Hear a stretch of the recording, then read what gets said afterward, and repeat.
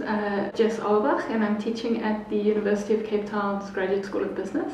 I'm an anthropologist, and a lot of what I do has to do with how we pay close attention to the details of everyday life in different parts of Africa and the world.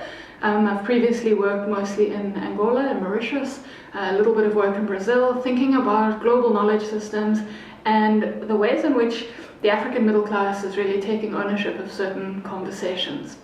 And when I did my doctorate, I was looking specifically at the Angolan middle class and about everyday people in this wonderful and very complex country and how they were making lives for themselves after a long civil war. And I spent quite a bit of time in Brazil with Angolan university students. And when I was there, I really started thinking about these transatlantic spaces and long-term histories of connection that really shape the continent of Africa, as does internal migration. And during my doctorate, which I did in the States at Stanford, I had just a little footnote about a particular soap opera that was from Angola and was being screened in Brazil and was really interesting for lots of people there, and was being transmitted through this one thin undersea internet cable that stretches from Fortaleza in Brazil to just south of Luanda in Angola. And I got really interested in the technologies through which modern communication happens.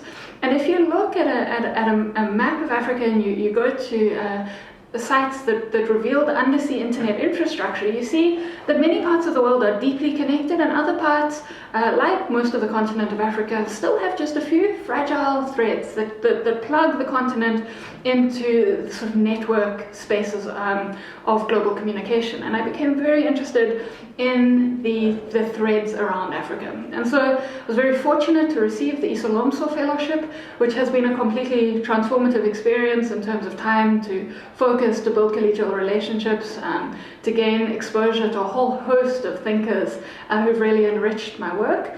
And I've been looking at 3 cables around the continent of Africa.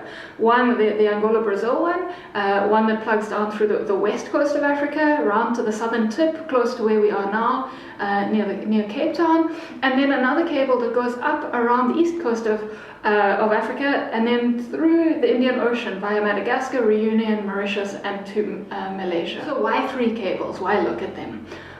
I'm looking at them because I want to understand both the technologies. So how do we go about how do we think about data? We all talk about data all the time, the data on our phones, the data that we have about the world. But how does that physical light that moves around the world largely through this invisible undersea infrastructure, how does that translate into policy, into practice, into digital access, into education?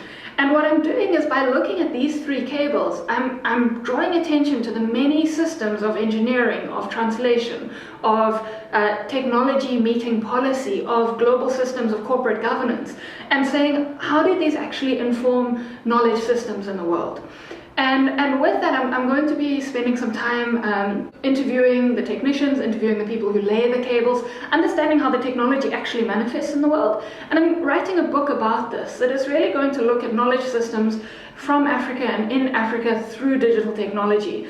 And the cables are the starting point, but of course they then become the kind of undersea level that plugs into Wi-Fi, that plugs into satellites, and that really shapes global imagination of the continent through the physical infrastructure that we have.